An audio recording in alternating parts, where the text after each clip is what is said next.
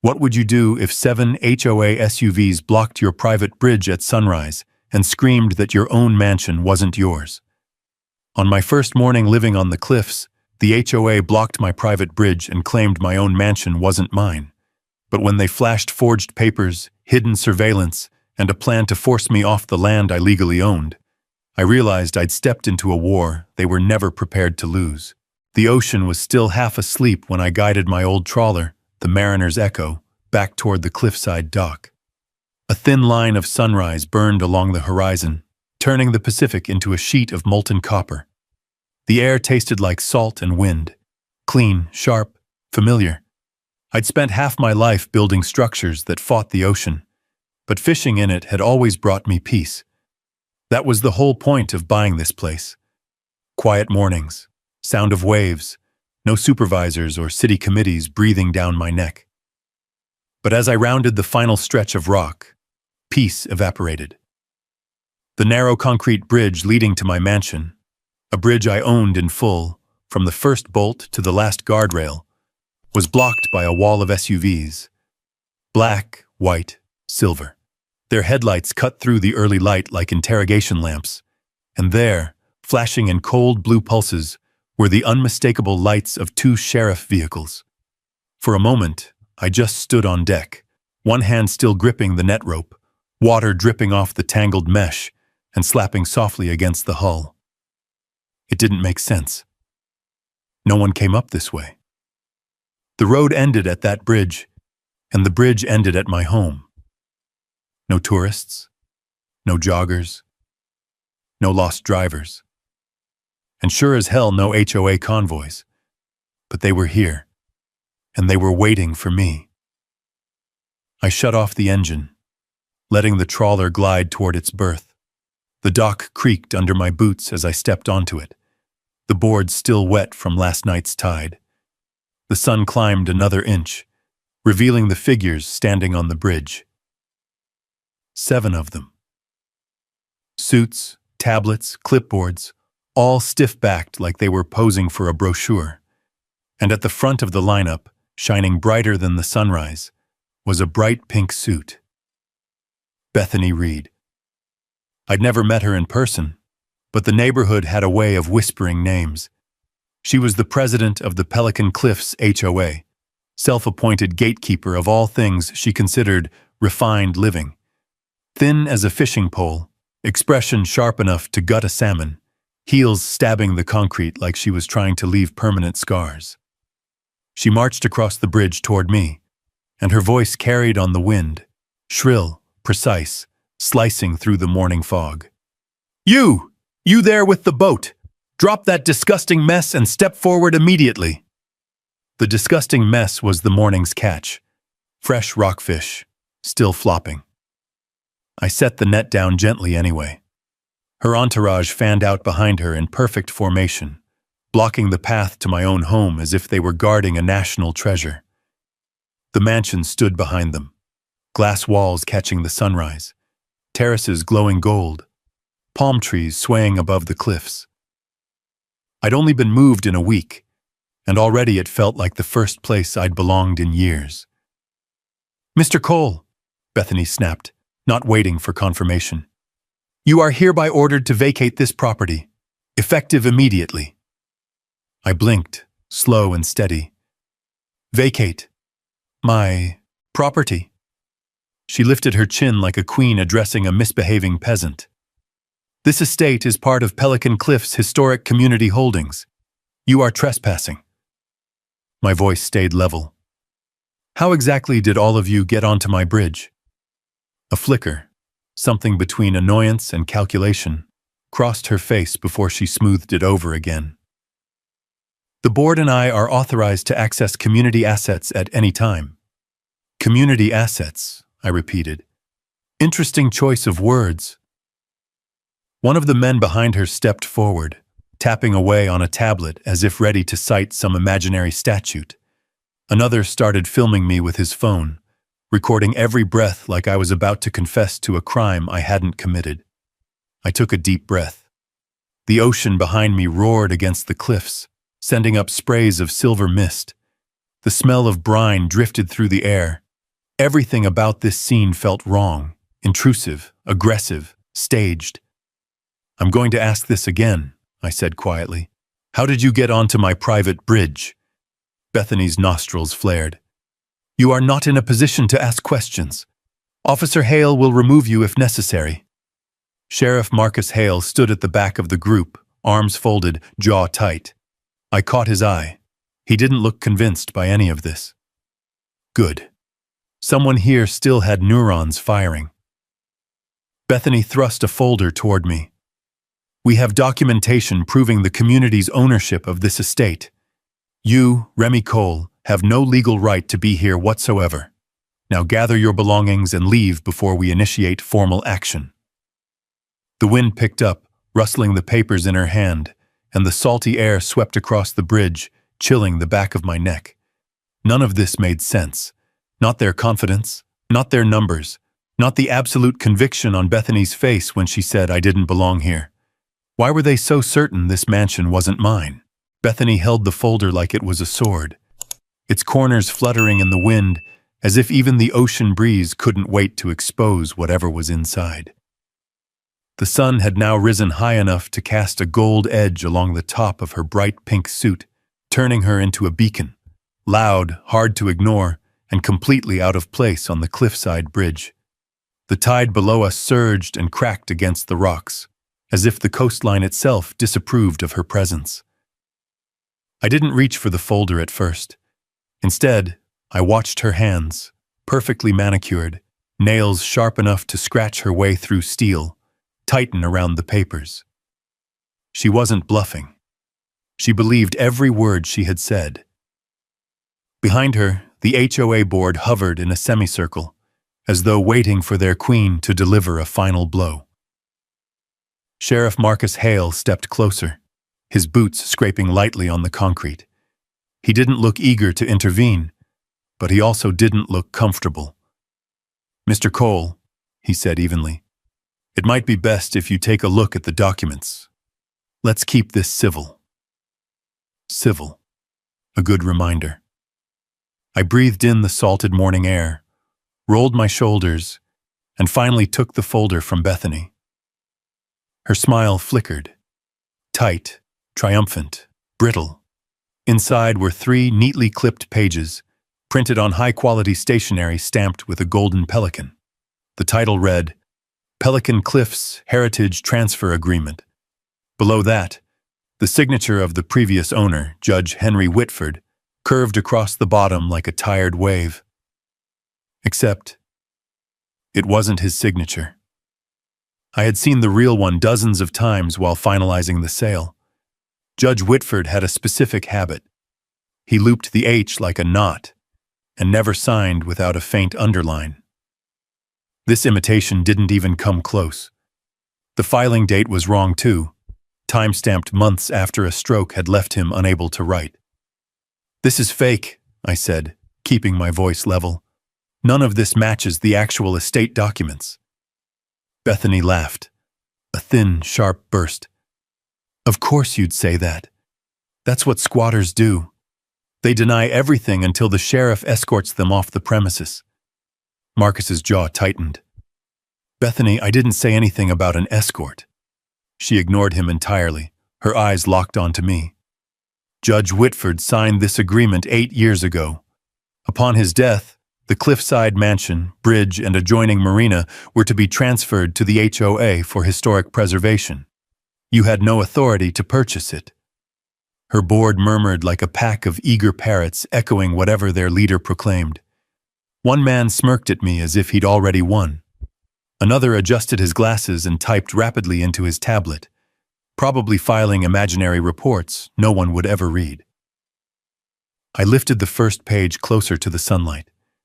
The ink shimmered faintly, not the way real signatures do, but the way digital seals do when printed hastily. Someone had rushed this. I looked up at Bethany. "Did you get this from the probate court?" Her smile vanished. "The board has its channels." "That's not an answer. It's the only one you need."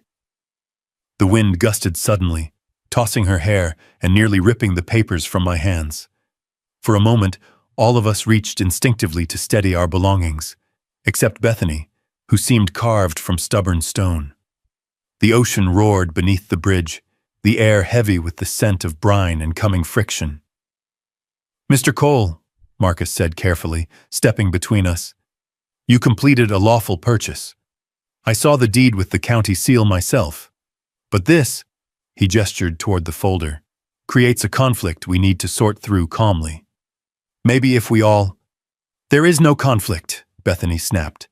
"There is a trespasser, and there is documented community ownership." I turned the last page and saw it, the line that gave away everything. "Effective only upon official recording with the county clerk."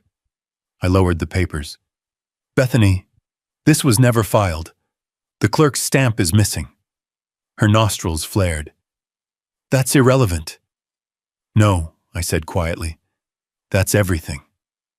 Her board members exchanged uneasy glances. Even the man with the tablet slowed his frantic typing, long enough to look unsure. Bethany stepped closer until we stood mere feet apart on the bridge. The wind whipped at her suit jacket, sending pink fabric snapping like a warning flag. "You don't belong here, Mr. Cole," she hissed. "No matter what paperwork you think you have, this estate was never meant to be in the hands of someone like you." Someone like you. There it was, the slip. The truth that had been simmering beneath her perfect smile and polished threats. This wasn't about a fictional heritage agreement. It wasn't even about Judge Whitford. This was about control, image, power, and I was a variable she didn't intend to accommodate. I handed the folder back, careful not to let the pages tear in the rising wind. "I'm not going anywhere." Bethany's face tightened, as if the words struck her physically. Then she turned sharply toward her board. "We're done here," she snapped. "Prepare the citations and schedule the enforcement action. He wants a fight. He'll get one." The entourage began retreating across the bridge, heels clacking, suits rustling, phones recording. Marcus lingered a moment, his expression apologetic. "I'll have to review this, but don't take anything they say at face value," he murmured. "Something about this doesn't sit right." "I know," I said quietly. "I can feel it." When the last SUV rolled off the bridge and disappeared past the bend, I looked back at the mansion standing proudly at the cliff's edge, sunlight gleaming off glass walls, palm leaves swaying in the wind, superyachts bobbing gently below in the glistening marina. This was my home. I had the deed, the records, the right. So, why were they so sure I didn't? The breeze shifted, carrying the faint whir of something mechanical. I glanced upward just in time to see a small drone hovering in the morning light, silent, near motionless, watching. And then it darted away toward the community, disappearing above the cliffs. The HOA's confidence wasn't random. Something bigger was brewing. The drone's shadow slipped across the bridge like a warning before vanishing into the cliffs, leaving behind a silence that somehow felt louder than Bethany's shouting. The morning sun had climbed higher now, turning the ocean into glittering sheets of blue-green, too calm, too beautiful for the storm I knew was brewing. I stood there for a long moment, letting the wind push against me, grounding myself before heading back inside the house. I had barely hung my jacket on the hook beside the glass doors when the first text alert came through. Pelcan Cliffs HOA notice. Property non-compliance issue logged. A second arrived immediately after. Resident activity captured. Unauthorized commercial vessel operations. A third. Fine issued. $2,500. Additional violations pending review. The messages stacked one after another like falling dominoes, the phone buzzing violently in my hand until I finally set it down on the granite counter. I exhaled slowly. So this was their next move. Bury me in fines. Weaponize rules they barely understood. Hope I'd fold under the pressure the way others apparently had. But they didn't know me. I had built breakwaters against storms twice this size. I had reinforced bridges against 100-year waves. I had spent decades designing systems to withstand relentless force. An HOA tantrum wasn't going to shake me. Still, the timing was suspicious. Too fast, too coordinated. Those citations weren't randomly applied. They had been prepared ahead of time. With that unsettling thought lingering, I opened the slider doors and stepped out onto the deck overlooking the marina. The salty breeze brushed across my face, carrying hints of diesel from the fishing trawler rocking gently below.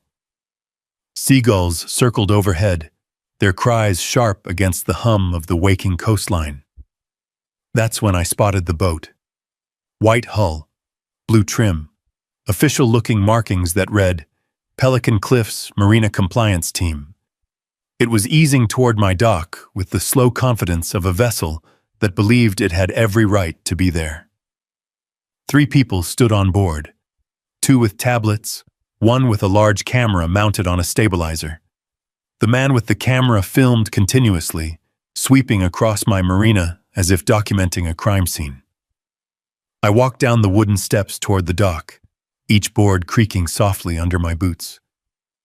The compliance boat glided to a stop, and the woman at the helm looked up at me with a practiced, polite smile that somehow felt more hostile than Bethany's yelling. "Good morning, Mr. Cole," she called. "We're here to conduct a visual compliance survey of your marine assets." "Marine assets," I repeated. "You mean my boat?" "And the adjoining dock infrastructure," she added briskly, tapping something on her tablet. The man with the camera circled us in a wide arc, capturing angles of my trawler as though he were shooting an exposé. Every part of the vessel was filmed. Its rusted edges, its weathered wood trim, the nets still drying on the side rails. "You're aware this is a residential luxury environment," the woman continued. "Vessels must adhere to community standards. Commercial fishing boats can disrupt the aesthetic integrity of the neighborhood." I almost laughed. "This is my private dock." "But it is visible from the community shoreline," she countered. "Visual distortion impacts property values." "Visual distortion?" I raised an eyebrow. "My trawler is distorting property values?" She didn't flinch. "We have clear regulations regarding vessel condition, noise levels, operational activities, and visual harmony. You appear to be in violation of several sections." Her tone implied that sections were biblical law. "And let me guess," Awaish said, "those sections come with fines." "Correct," she replied. "Multiple." I leaned against the dock railing, letting my gaze drift past them to the open water. A fishing boat bobbed gently farther out, and a few paddleboarders skimmed the surface beyond the marina boundary. Normal, peaceful, not the war zone these people were pretending it was. I turned back to the team. "You do realize I'm not running a commercial business. I'm fishing for food, for recreation. That trawler is an old engineering vessel I restored myself." The cameraman zoomed in dramatically on the hull as if I'd confessed to a felony. The woman maintained her brittle composure. "We simply enforce the standards set by President Reed." "Of course you do." I took a step closer, lowering my voice. "Tell me something. Did Bethany send you the moment she left my bridge this morning, or were you planning this before I even moved in?" The woman's polite mask flickered. Not much, but enough. "We cannot comment on board deliberations," she said quickly. There it was. The crack. I nodded slowly. "You should know I record all interactions on my property."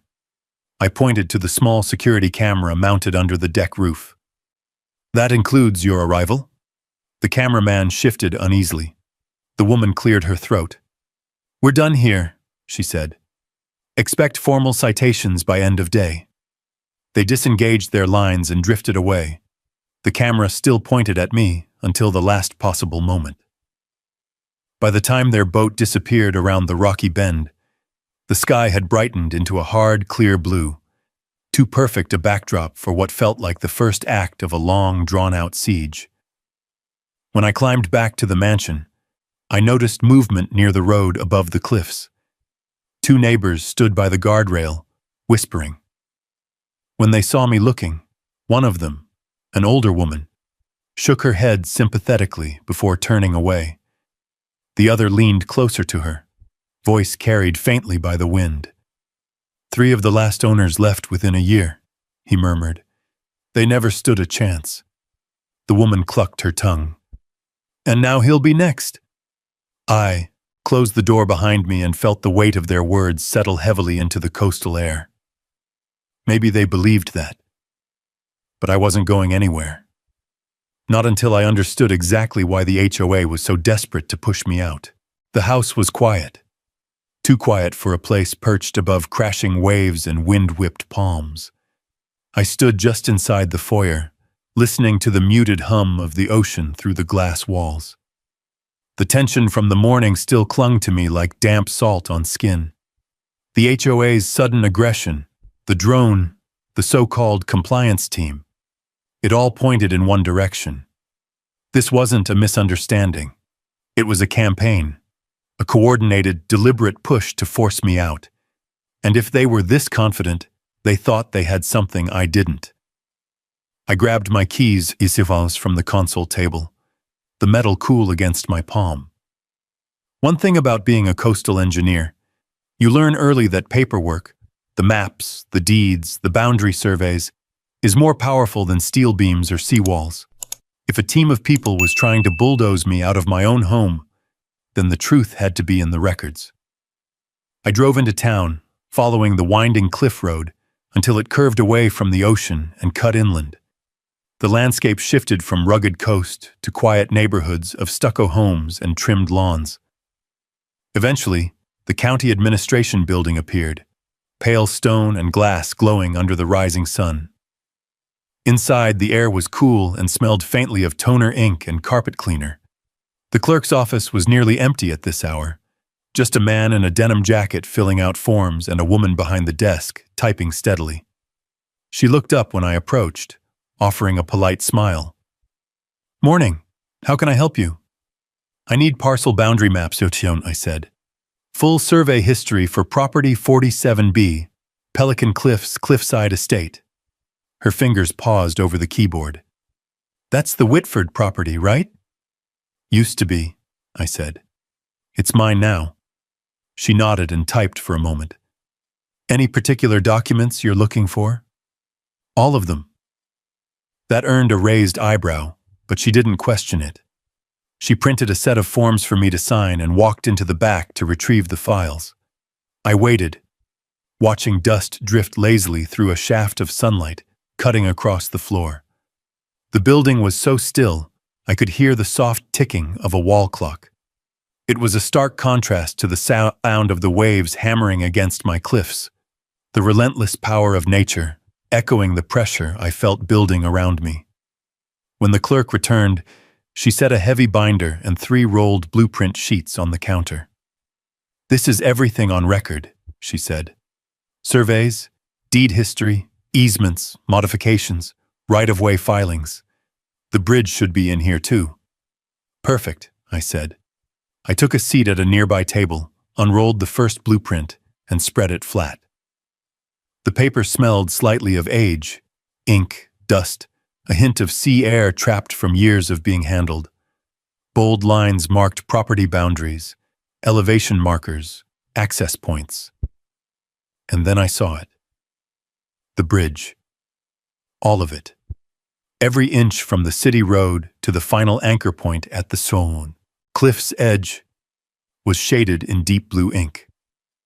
Private parcel, owned entirely by the estate. I leaned forward, tracing the line with my finger. The HOA boundary was clearly drawn on the opposite side of the hillside, ending 50 feet short of the bridge entrance. They had no jurisdiction there. None. No right to step on it, let alone block it or stage some kind of ridiculous standoff.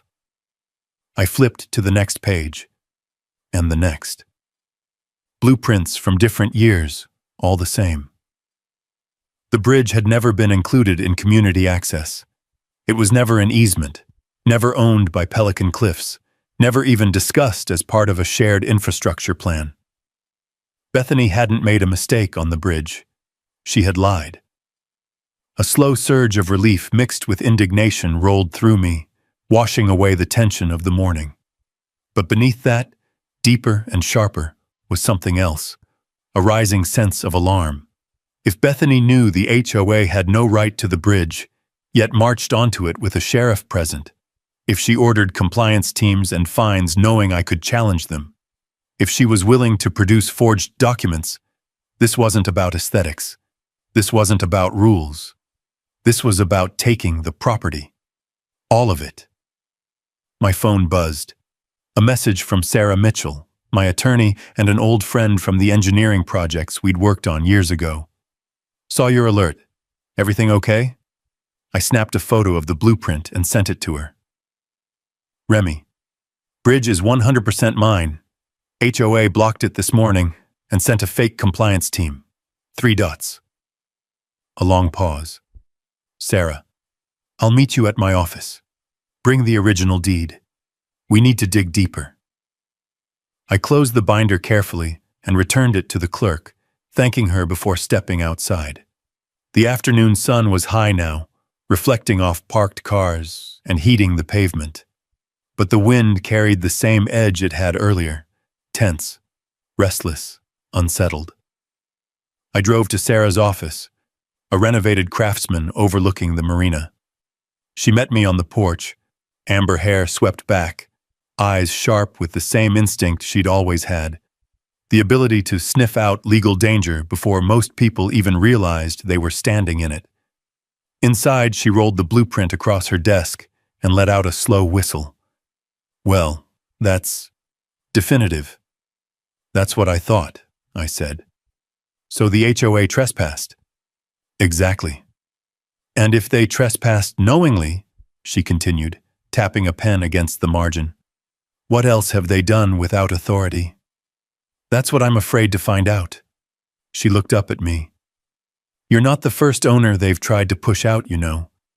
3 others in the past 10 years. Always vague reasons. Always sudden. I heard rumors, I admitted. Rumors often start with truth, she said. If they forged a heritage agreement, they're capable of much worse. The ocean glittered behind her through the office window. Boats bobbed gently, their hulls rocking in the soft tide. Normal. Peaceful. The life I wanted. Sarah tapped the blueprint again. This is leverage, Remy. Big leverage. But I need every document you have from the sale. Deed transfers, filings, receipts. If we're going to take on Bethany Reed, we need to be airtight. She won't take this lying down, I said. No, Sarah agreed. She won't. I folded the blueprint carefully and slid it back into its cardboard tube. As I stepped out of her office and into the sunlight, a sense of clarity settled over me. Solid, grounding, inevitable. They thought they could intimidate me. They thought they could push me out. But the bridge, the estate, the marina, they were mine. And now I had proof. Still, one question gnawed at me as I drove back up the coastline. If the HOA trespassed knowingly, what else had they illegally controlled? The road curled upward along the cliffs, the ocean shimmering to my right, like a restless sheet of glass. Yet despite the beauty of the coastline, a heaviness settled in my chest. If the HOA had knowingly trespassed and forged documents, then whatever they had planned wasn't improvised. It was strategic, rehearsed, and aimed directly at the bullseye of my property. By the time I reached the top of the hill, clouds had begun drifting in from the horizon, casting long shadows across the narrow concrete bridge. I drove across slowly, watching the wind ruffle the palms that lined the terrace of my cliffside home. The waves below boomed against the rocks, deep and rhythmic, like a warning drum. I parked beside the stone steps, slipped out of the truck, and inhaled the briny afternoon air. It should have calmed me. It didn't. A low hum floated up from the marina. Not the familiar thrum of the mariner's echo, not the soft lapping of water against the docks. A motor. Too smooth, too polished, too official. I descended the staircase toward the water, each wooden plank warming beneath my boots as sunlight broke through the clouds again. As the marina came into full view, my stomach tightened. A white and navy boat, brand new hull, spotless deck, glided toward my dock. The words Pelican Cliffs Marina Authority were painted down its side, along with an emblem that looked convincing at first glance. 3 people stood on deck, 2 with clipboards and a third in a crisp uniform. The uniform caught my eye immediately. Perfect creases, shiny badge, heavy belt, cap angled sharply. It was a level of formality no marina inspector needed. The man stepped off the boat without waiting for permission, landing on my dock with the confidence of someone who believed he owned the boards under his feet. "Afternoon, Mr. Cole," he called, spreading his arms as if greeting a friend. "I'm Inspector Daniel Cross with Pelican Cliffs Marina Authority. We're here to conduct a mandatory compliance inspection." I tried not to smile. I truly did, because there was no such thing as the Pelican Cliffs Marina Authority. Still, I didn't correct him yet. "On what grounds?" I asked, stepping closer. He flashed a badge. "Routine assessment triggered by complaints from the HOA." "Complaints," I repeated, savoring the word. The second inspector snapped photos with a high-end camera. My dock, my rails, my mooring lines, my trawler. He paused on the hull of the Mariner's Echo as if capturing evidence for a courtroom. Inspector Cross flipped open a folder. "I'm seeing numerous violations already." "Without stepping foot on my vessel?" I asked. He shrugged. "Some things are obvious." The ocean breeze carried the scent of kelp and motor oil. My trawler bobbed calmly nearby, sun glinting off its weathered paint. A seagull landed on the piling beside us, cocking its head as if judging the performance unfolding.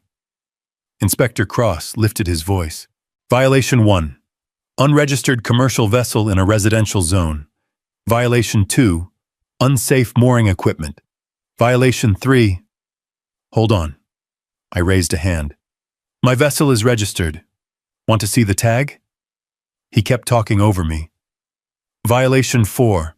Excessive noise potential from diesel engines. "It's not running," I said. "Potential," he replied smugly. He was good, confident in the way only someone pretending to be confident could be. "And finally," he said, snapping his folder shut, "Violation 14. Overall negative aesthetic impact. This trawler is not in line with Pelican Cliffs community standards." Aesthetic impact. I almost laughed again. But instead, I reached casually toward the small mounted camera on the corner post, already recording. "Inspector Cross," I said, "may I see your state-issued marina credentials?" He hesitated. Just a breath, but enough.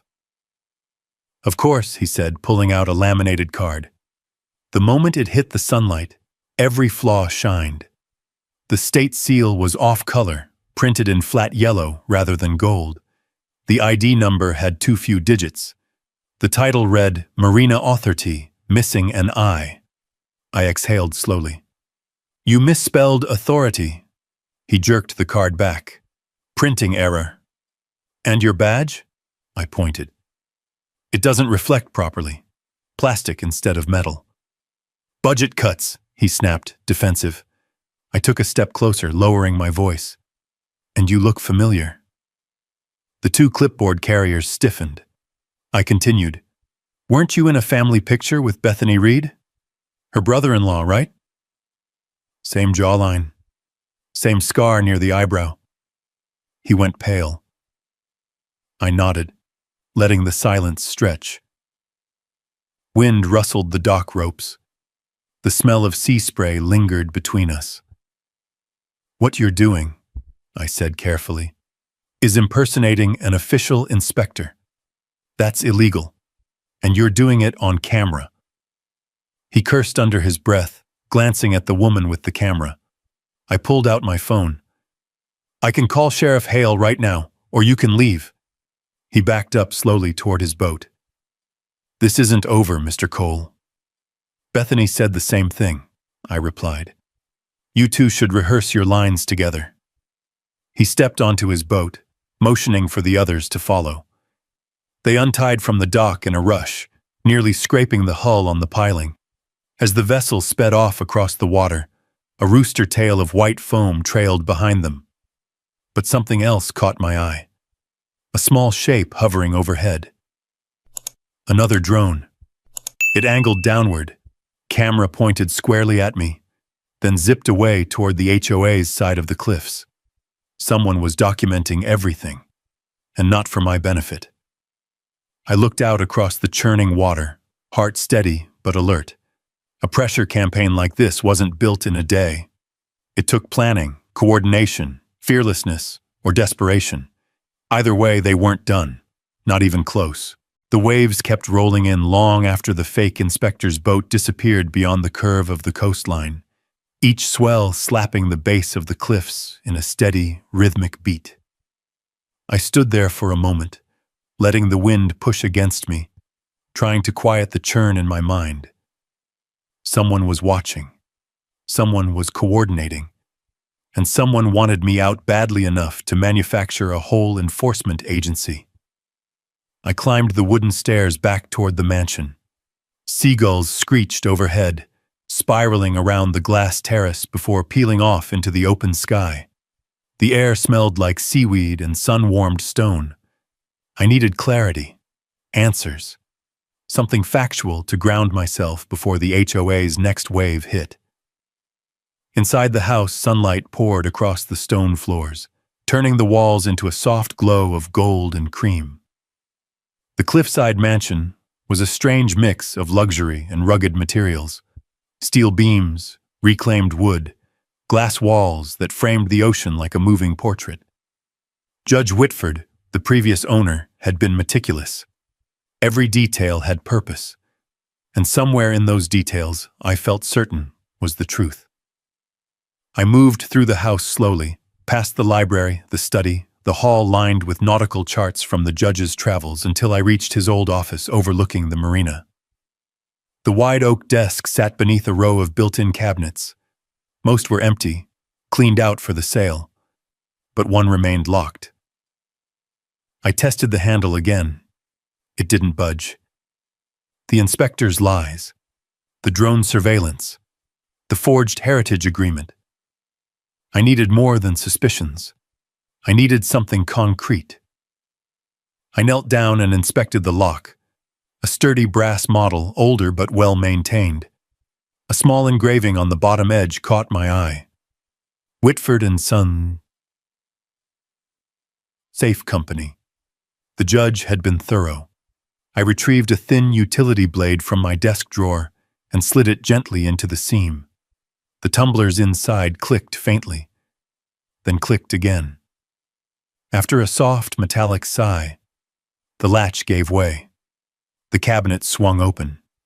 Inside, a shallow tin lockbox rested atop a stack of rolled maps. The box was plain, no markings, no label, but when I lifted it, it had weight. Significant weight.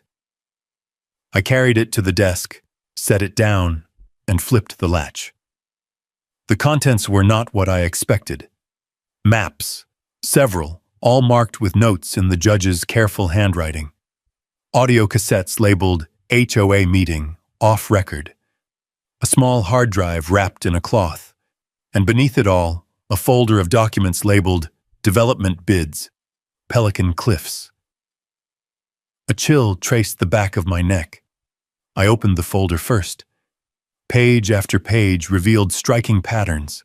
Properties purchased, properties foreclosed, families who had been fined into selling. The HOA wasn't simply enforcing rules. They were funneling coastal real estate to a private development firm for a fraction of its worth. And someone had been paid to make that happen. I flipped deeper into the file. Bank transfer, logs, HOA budgets that didn't align with public records, names of former owners, billings from engineering surveyors, notes from the judge himself. Pattern appears intentional. HOA targeting owners with strategic viewsheds. Possible collusion with developer. Must gather proof before confronting board. I exhaled slowly, leaning back in the chair as the waves crashed against the cliffs below. The judge had been onto them. He had found something damning enough that he hid the evidence in a locked cabinet. And the heritage agreement they showed me this morning? A forged attempt to rewrite the past. The next file I examined was even worse. It held minutes from HOA meetings that were clearly not meant for public eyes. Discussions of removing problematic owners, of adjusting community standards to force compliance, of creating conditions favorable to acquisition. My hands tightened around the pages. This wasn't mismanagement. This was a scheme. A deliberate, years-long effort to seize properties under the guise of neighborhood improvement. A gust of wind slammed against the glass, rattling the frame. The ocean's voice rose, deep and echoing.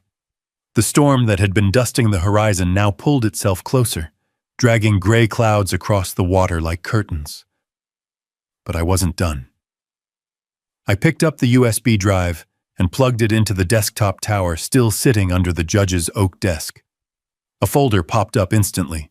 No password, no encryption. The judge had been confident no one else would ever find it. Inside, more files. Emails between HOA board members. Drafts of bylaw amendments that never passed legally, but had quietly been enforced anyway. And a recording named simply, Bethany, Private Est. I hesitated a moment before clicking it. Bethany's voice filled the room, sharp even in low-quality audio. "He won't last," she said. "None of them do. Once the fines start piling up, they always fold. The developers offer doubles if we clear the Cliffside this year. I want those signatures. Make it happen." My jaw tightened.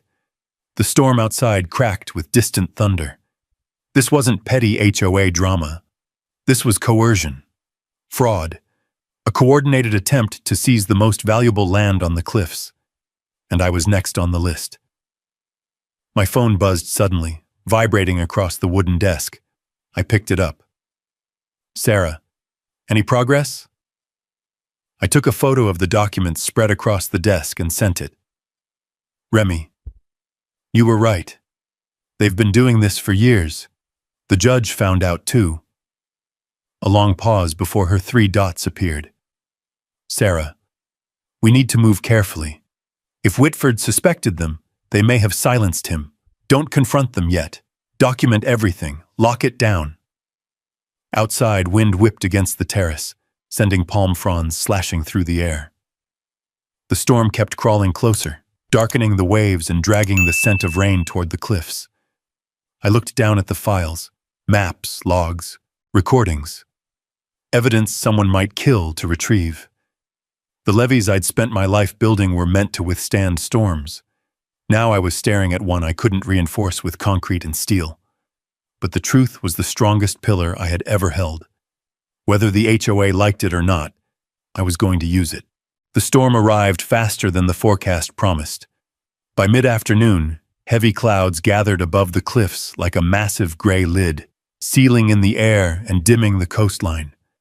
Gusts rattled the terrace railings, and the hum of the ocean deepened into a low, steady growl. I stood in the study, staring at the files spread across the oak desk. Evidence of years of manipulation, coercion, and quiet land grabs. I should have felt vindicated. Instead, the weight of what I'd uncovered pressed on my shoulders like wet sand. My phone buzzed against the wood. "Sarah, remember what I said? Don't confront them alone. Call me the moment anything changes." I typed back a quick acknowledgement and slipped the phone into my pocket. Hard to imagine things getting much worse than secret recordings and forged documents. Then the first shout echoed up the cliff. At first it sounded like the wind catching a loose shutter. Then it came again, louder, sharper, magnified. A megaphone. I moved to the terrace doors and slid them open. The sound hit me instantly, chopped into pieces by the gusting wind. Residents of Pelican Cliffs, gather at the main bridge. We have a community emergency. Bethany. Her voice carried across the canyon like a siren.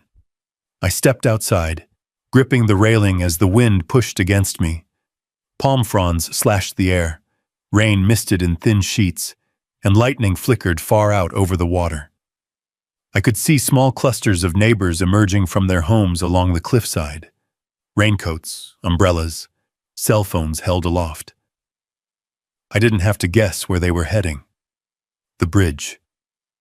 A knot tightened low in my stomach.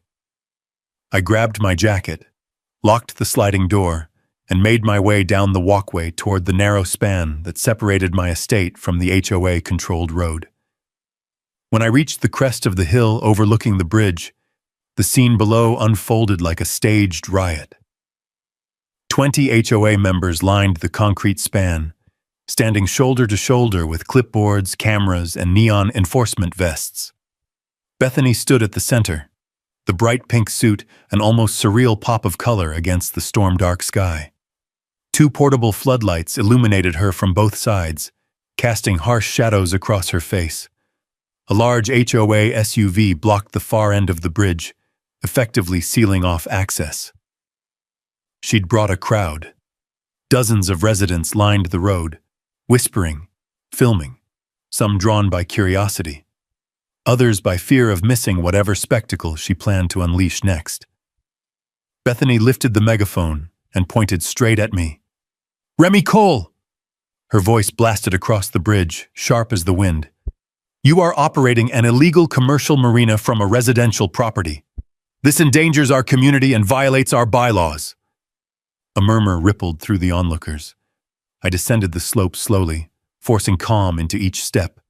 The wind tugged at my jacket, and the concrete felt slick beneath my boots. Bethany continued, pacing dramatically. "We have video evidence of unauthorized vessels, business operations, and violations that threaten property values for every resident here." The camera operators positioned themselves at angles that made the entire staging feel like a press conference or an ambush. When I reached the foot of the bridge, rain began to fall. Light at first, then steadier, dotting the concrete with dark spots. Bethany turned the megaphone off and smirked. "You can't hide behind that decrepit boat anymore," she said. "This community deserves better." "Then start with honesty," I replied. She stiffened. The residents closest to her shifted their weight, as if sensing invisible tension pulling taut. "Oh, believe me," she said sweetly. "I'm being very honest." Behind her, a younger board member lifted a large printed poster, photos of my trawler, nets, crates, even a shot of me hauling the morning catch. Another held a stack of papers, waving them theatrically, as if hoping the wind would scatter them for dramatic effect. "Illegal commercial activity," he shouted. "Documented and verified." I let the storm roll another gust across my shoulders before speaking. "I'm not running a business," I said calmly. "I'm fishing, on my own property, using a vessel I own." Bethany raised her chin. "Your vessel is a blight, Remy, a danger, and your behavior paints a clear picture of someone attempting to hide something." "I'm hiding nothing," I answered. She smiled coldly. "Except evidence." I flicked my eyes toward the crowd, worried residents watching this drama unfold, unsure what truth to latch onto. Then footsteps approached behind me. Sarah. Her hair was pinned back against the wind, and she carried a folder beneath one arm. She walked with certainty, head high, shoulders straight, the embodiment of a woman who'd spent her life in front of judges and county officials. Bethany's smile faltered. Good afternoon, Sarah called out, her voice cutting through the storm. She stepped up beside me, opened her folder, and held up a laminated blueprint for everyone to see. I'd like the community to take a good look at this. The crowd leaned forward. Even the wind seemed to ease for a heartbeat. This, Sarah said clearly, is the county's official property survey. The entire bridge from the main road to the Cliffside platform is privately owned by Mr. Cole. Gasps rippled across the residence. Even a few board members turned to each other in confusion. Sarah continued, rotating the blueprint slightly. Meaning the HOA had no authority to block this bridge, stage enforcement actions here, or enter his property without explicit permission, including earlier this morning. Bethany's face drained of color. And, Sarah added, pulling out another document, we have evidence of forged agreements purporting community ownership, documents that do not exist in any county registry. The murmurs grew louder. A resident shouted, "Is that true, Bethany?" Another called out, "You said the deed was filed." Bethany snatched the megaphone back on. "This is misinformation. He is using a lawyer to twist technicalities against the spirit of our community." Sarah stepped forward. "No, I'm clarifying the law you've been violating." The storm wind howled across the bridge, scattering raindrops sideways. I could feel the shift. Something deep, collective, like the crowd's trust had cracked. People pulled out their phones, zooming in on the blueprint, whispering urgently among themselves. Sheriff Marcus Hale arrived at that precise moment, his patrol vehicle rolling to a stop behind the residence. He stepped out, hat pulled low, rain streaking the brim. "Sheriff!" Bethany shrieked. "Arrest him! He's running a commercial marina!" Marcus looked between us, then at the growing tension among the crowd. Slowly, he reached for the blueprint Sarah held. He studied it. He turned to me. Then he turned to Bethany. "From what I can see," he said slowly, voice carrying through the rain, "the HOA is in violation of state property laws, not Mr. Cole." A stunned silence followed. Bethany's mouth opened, then snapped shut. Her eyes darted wildly between her board members, who suddenly looked much less confident. Lightning split the sky behind her, illuminating the bridge in brilliant white. And in that light, I saw something unmistakable. Fear. Her monopoly on control had fractured.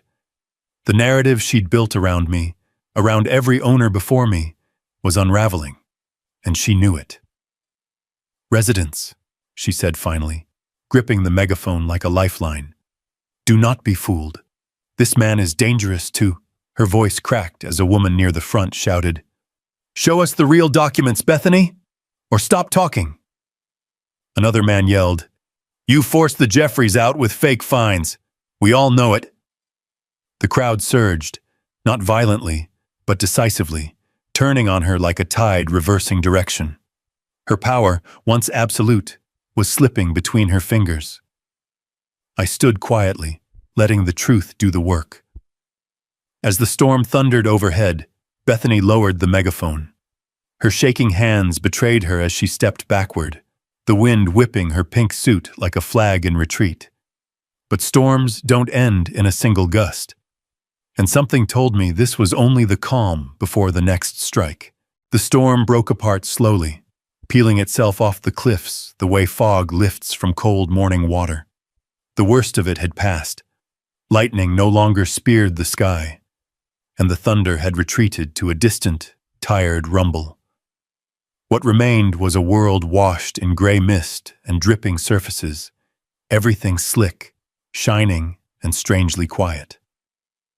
Too quiet. The bridge, where minutes earlier a crowd had roared with accusations and disbelief, now stood nearly empty. A few scattered residents lingered near the road, hoods pulled up, whispering as they cast uneasy glances back toward Bethany's retreating figure.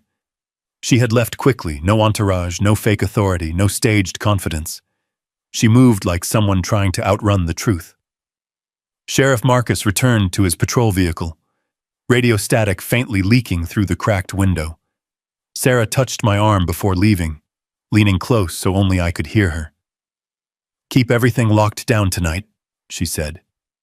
"People backed into corners do desperate things." I nodded, though the weight of her warning pressed deeper than the rain-soaked wind. She glanced once more toward the Cliffside homes before driving off, headlights bouncing across the wet pavement. And then it was just me. I stayed on the bridge long enough for the last neighbor to walk away, their footsteps echoing softly until they vanished behind the bend. The lingering mist curled around the railings like cold fingers. The pink smear of sunset struggled through the storm clouds, painting the ocean with faint streaks of rose and copper. But beneath the beauty, an unease settled over everything, a silence heavy enough to bend the air. I made my way back toward the mansion, boots splashing through shallow puddles that reflected the bridge lights in broken shards. The storm's aftermath always carried a scent: wet stone, seaweed, something metallic lurking beneath the air like static waiting to return. The house greeted me with its usual glow, soft lights warming the tall windows, the sound of waves amplified in the wake of the storm. I wiped rain from my jacket, hung it near the door, and double-checked each lock along the hallway, not out of fear, but out of precaution. The judge's files were still spread across the office desk: maps, minutes, hidden agreements, and a recording of Bethany's voice planning coercive actions. The evidence was almost overwhelming in volume and detail, enough to sink any HOA board, enough to expose the developer behind them, enough to make someone, several someones, very nervous. The ocean boomed against the cliffs below, a slow, powerful pulse. I moved through the house, turning on outdoor lights, bridge lamps, marina beacons, soft terrace LEDs. Pools of warm light spilled across the walkways, pushing back the fog. My security cameras blinked awake, their lenses clearing droplets of stormwater as they resumed tracking movement across the property. Everything seemed normal, almost too normal. I stepped out onto the terrace, leaning against the damp railing as I looked down toward the marina. The trawler swayed gently at its moorings, the hull reflecting pale streaks of silver from the moon emerging behind thin clouds. The water below churned in soft, swirling patterns, storm energy slowly fading. And then I heard it, a faint, mechanical hum. Not from the ocean, not from the wind. Higher, subtle. I scanned the sky. A drone hovered above the marina, its small lights blinking faintly in the mist. It wasn't darting freely like the earlier one. It held a steady distance, circling as if mapping angles, identifying blind spots, studying the property with clinical intention. It drifted closer to the cliffs, then ascended quickly, straight toward the neighborhood beyond the ridge. I felt a cold ripple spread down my spine. The HOA wasn't regrouping. They were preparing. I stepped back into the house, shutting the terrace door with a soft click. The judge's notes caught my eye again, open to a page where he had scrawled a sentence in his distinctive, tight handwriting. "Power follows patterns, so does greed." I sat down, letting the weight of the words settle. The pattern was clear: fines, pressure, false claims, forced sales. Whitford had uncovered their operation, and now I was walking the same trail he had, only further. Deep enough to expose their deals with the developer. Deep enough to trigger panic. My phone buzzed. A message. Not from Sarah. Not from Marcus. Not from anyone I recognized. No name. No contact saved. Just a number. And one short line. "You're getting too close." A second message followed immediately. "Bethany isn't acting alone." Then a third. "Be ready tonight." My pulse tightened. The house felt suddenly smaller. The wind outside hit the glass with renewed force, rattling the terrace panes as if echoing the warning. I typed back quickly. "Who is this?" No answer. I waited. 30 seconds. A full minute. Nothing. The storm might have passed, but the air carried the same tension, the feeling that something was forming in the shadows, gathering force behind walls and locked doors across the community. A faint tap against the window made me look up sharply. Just a tree branch, blown by the wind.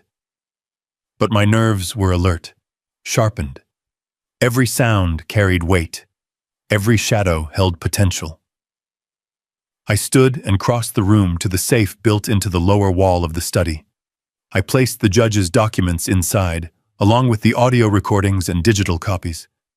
The safe door closed with a heavy thud, sealing away the evidence that could unravel the entire scheme. Outside, the drone's hum returned for a moment, fading slowly toward the hills like a ghost drifting home. The silence that followed wasn't peaceful. It was the kind that comes right before something breaks, right before someone makes their move. The storm outside might have ended, but the one between me and the HOA was only tightening its grip. And when it struck, I had no doubt it would hit hard. Night settled over the cliffs with the uneasy stillness of a held breath.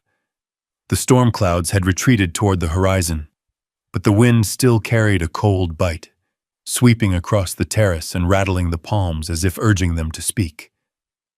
The waves below thrashed harder than usual, restless, churning in white foam, pounding the rocks with a rhythm that made the glass panels tremble. I stood at the window overlooking the marina, watching the last hints of lightning flicker far out to sea.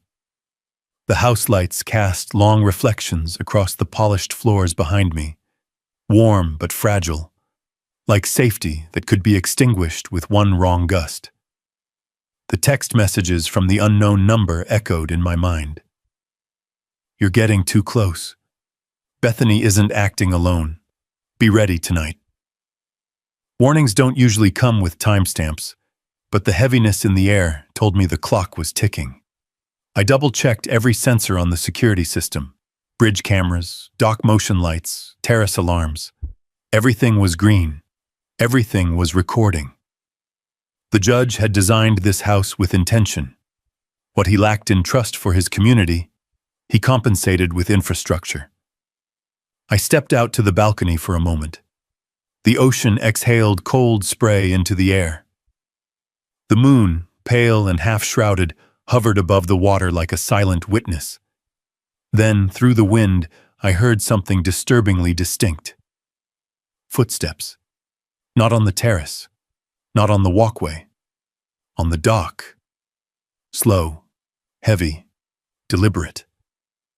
I slipped back into the house, closing the door quietly behind me, and moved to the marina-facing windows. Through the mist, I saw silhouettes. 2 men in dark jackets, hoods pulled low, crossing my dock with a sense of rehearsed purpose. One carried a large duffel bag. The other clutched a metal case. I didn't need to guess what was inside. The files in the judge's cabinet had mentioned similar tactics used on other properties. Safety inspections that mysteriously ended in sudden failures, electrical faults, unavoidable structural collapses. This was sabotage. My pulse steadied, not with fear, but with focus. I hit the recording hotspot on my phone and zoomed in through the glass. One man knelt beside the marina's power control junction. The other unzipped the duffel, revealing several tools, bolt cutters, extension cables, something that looked suspiciously like a thermal igniter. Subtle? No. Criminal? Absolutely. The man with the metal case opened it, revealing a panel of instruments that glinted against the dock lights. He began connecting wires to the marina's main feed, something designed to overload the system and likely spark a fire. A fire that would be blamed on my old trawler. A fire that would classify this place as unsafe. A fire that would give the HOA grounds to condemn the estate. I stepped back from the window, dialed quickly, and brought the phone to my ear. Marcus answered on the second ring. Cole? Your prediction was right, I said. They're making their move. What's happening? 2 men on my dock. Tools, wires, equipment. They're tampering with my marina's power system. There was the faint sound of gear shifting, Marcus getting into his cruiser. I'm on my way, he said. Keep distance. Stay inside. Already doing that. I hung up and crossed to the terrace door, cracking it open just enough to let in the wind and the sound of the men whispering to each other. Bethany said to keep it quiet, one hissed. Just rig it and go. She wants this place condemned by sunrise, the other replied. They'll say it's because of that old boat. A faint metallic clang echoed. The igniter piece slid across the dock. Before they could retrieve it, my floodlights burst on, blinding white beams illuminating the entire marina in brilliant clarity. Both men froze like startled animals. Then voices cut through the night, car doors slamming, boots on pavement. Marcus's voice booming across the bridge. Step away from the dock! Hands where we can see them! The men panicked. One bolted toward the far edge of the dock, but the boards were slick from rain. He slipped, catching himself on a rope cleat. The other reached into his jacket, then froze when Marcus shouted again. I said hands in the air! Backup officers streamed behind him, flashlights slicing through the air. The 2 saboteurs reluctantly lifted their hands. One muttered curses under his breath. The other kept his eyes locked on the ground. Marcus approached them carefully, cuffs ready.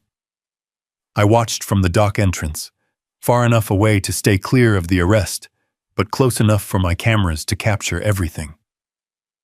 What were you planning to do here? Marcus demanded. No answer. One officer lifted the metal case. Sheriff, you're going to want to see this. The case opened with a click, and even from where I stood, I could see the components. Wiring, timers, a power overload relay. Nothing explosive, nothing overtly dangerous, but enough to shut down a marina and cause a conveniently timed accident. Marcus looked at the men. You're tampering with a private electrical system. That's a felony. The older saboteur cracked first. It wasn't our idea, he blurted out. Bethany said there'd be money. She said the developer needed him out, needed the cliffs cleared for the resort plan. My blood went cold. Resort plan. That was the missing link in the judge's documents. The reason this entire Cliffside, bridge included, had become a target. Marcus exhaled sharply. Who else knew about this? The man swallowed. Everyone on the board, and the developer's rep. They're supposed to get the other properties next. Residents had been driven out for years. Fines, pressure, citations, for a resort built on stolen land. I stepped forward, rain dampening my sleeves. And Bethany promised you payment to sabotage my marina? He nodded miserably. To create unsafe conditions. Then the HOA could condemn it. She said no one would believe you, that you'd be another owner who didn't fit. Marcus turned to one of the officers. Get them in the car. As they were led away, one of them glanced back at me, guilt etched across his face. The other didn't look at me at all. Marcus approached, rain dripping from the brim of his hat. You okay? He asked. Yeah, I said quietly. Just tired of being surprised. He gave a humorless laugh. I'll file charges tonight, and we'll need full statements from you and your attorney. Lightning flashed far out over the water, illuminating the cliffs in a brief wash of silver. Bethany's plan had slipped, her secrecy shattered, and for the first time, the HOA's scheme stood fully exposed. But if I'd learned anything about storms, natural or man-made, it was that the most destructive gust often comes after a moment of uneasy calm. And Bethany Reed was not the type to surrender without trying one last, desperate move. Morning came slowly, pushing a pale gray light across the ocean, as if the sky itself were exhausted from the night before. I hadn't slept much. Quiet hours had stretched long and thin inside the Cliff House, each one heavy with the knowledge that the HOA's operation had finally cracked open.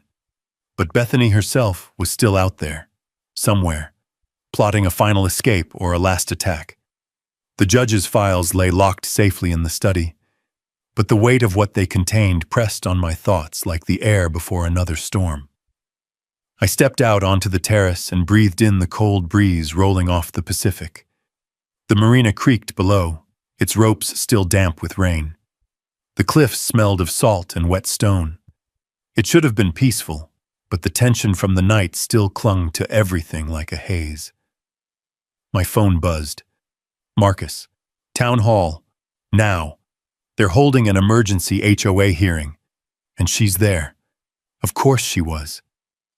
I grabbed my jacket, locked the door behind me, crossed the private bridge, the concrete still slick from the storm's passing. For once, no one blocked it. No SUVs, no compliance officers, no board members lurking behind clipboards. Only the hum of the wind moving through the guardrails and the distant crash of waves. As I drove into the community center parking lot, clusters of residents gathered along the walkway, talking in tight, anxious circles. Some paused when they saw me.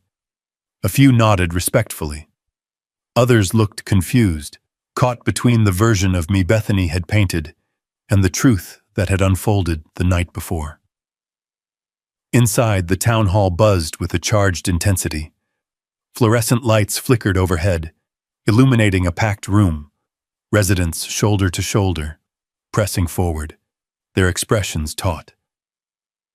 At the front of the hall, the HOA board sat at a long table, faces pale, papers scattered before them like confetti after a failed parade. Bethany stood in the middle, gripping the podium with white-knuckled tension. Her pink suit looked slightly wrinkled, her hair less perfect than usual, and her voice trembled as she tried to regain her footing. "I assure you," she said, eyes scanning the room, "these allegations are exaggerated. The men arrested last night acted independently, without my knowledge. I remain committed to protecting property values and preserving Pelican Cliffs." A ripple of disbelief moved through the crowd. Marcus stood along the side wall, arms crossed, hat tucked under his arm. He caught my eye and gave a subtle nod toward the front. It was time. Sarah arrived just as I stepped forward, a folder under her arm and determination in her stride. When the residents noticed her, noticed us, voices hushed, replaced by an expectant silence. Bethany's mouth tightened. "You two have no authority to speak at this." Sarah opened her folder and lifted a stack of documents. "These records say otherwise." Gasps crackled through the audience. Sarah handed copies to Marcus, who placed them on the table before the board.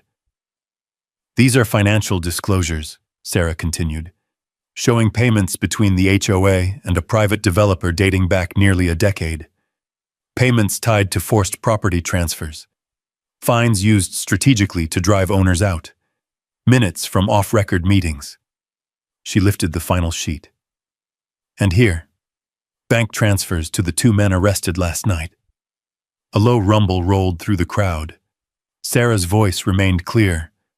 "This proves conspiracy, fraud, abuse of authority, and attempted sabotage of Mr. Cole's property." Bethany's face drained of color. Her board members shifted uncomfortably, their rehearsed confidence unraveling like thread pulled from a seam. "That's not true," Bethany sputtered. "You're twisting." Marcus held up a hand. "Enough." His voice had the weight of bedrock. "Ms. Reed," he said, "we have eyewitness statements, recorded audio, forged documents, coerced fines, and 2 men in custody who've already cooperated." She stumbled back a step. "This community trusted you," he continued, "and you exploited that trust." The hall erupted.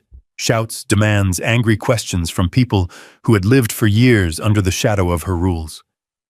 Sarah waited until the room quieted before adding, We're requesting immediate dissolution of the Pelican Cliffs HOA board pending the formal investigation. A resident near the back raised his voice. Seconded. Another. Third. Chairs scraped. Papers flew. For the first time since this nightmare began, momentum shifted fully and irrevocably toward truth. Bethany's composure shattered. She pointed at me with trembling hands. You don't belong here.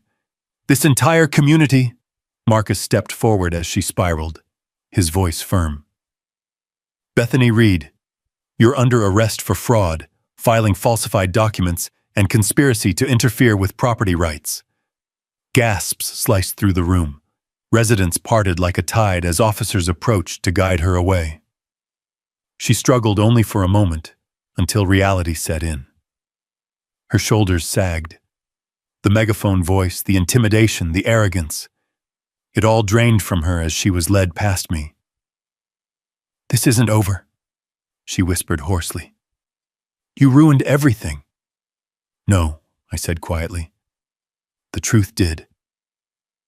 Outside, the sun finally pierced the thinning clouds, casting a beam of warm light across the walkway, the first true sunlight since the storm.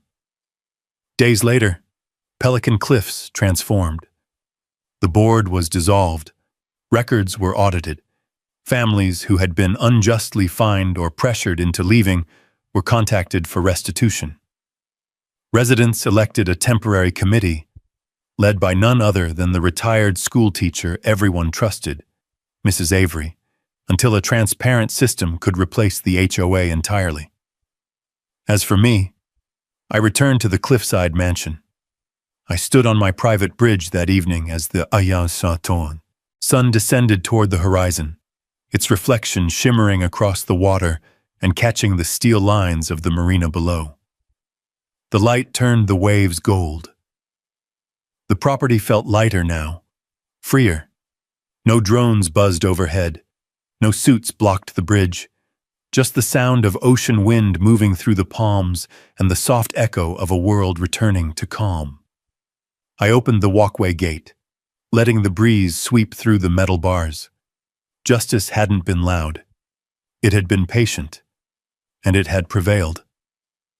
I walked down to the dock as the sky deepened to orange, the mariner's echo rocking gently at its moorings.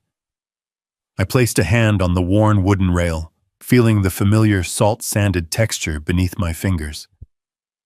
Power isn't loud, I murmured, thinking of the judge, of his files, of everything that had led here. Real power is the truth, written, signed, undeniable. My phone buzzed with a final message from Sarah. If another HOA tries this, you know who to call. I smiled. The ocean breeze carried the scent of kelp and possibility.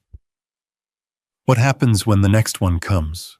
I said softly, watching the waves break against the rocks.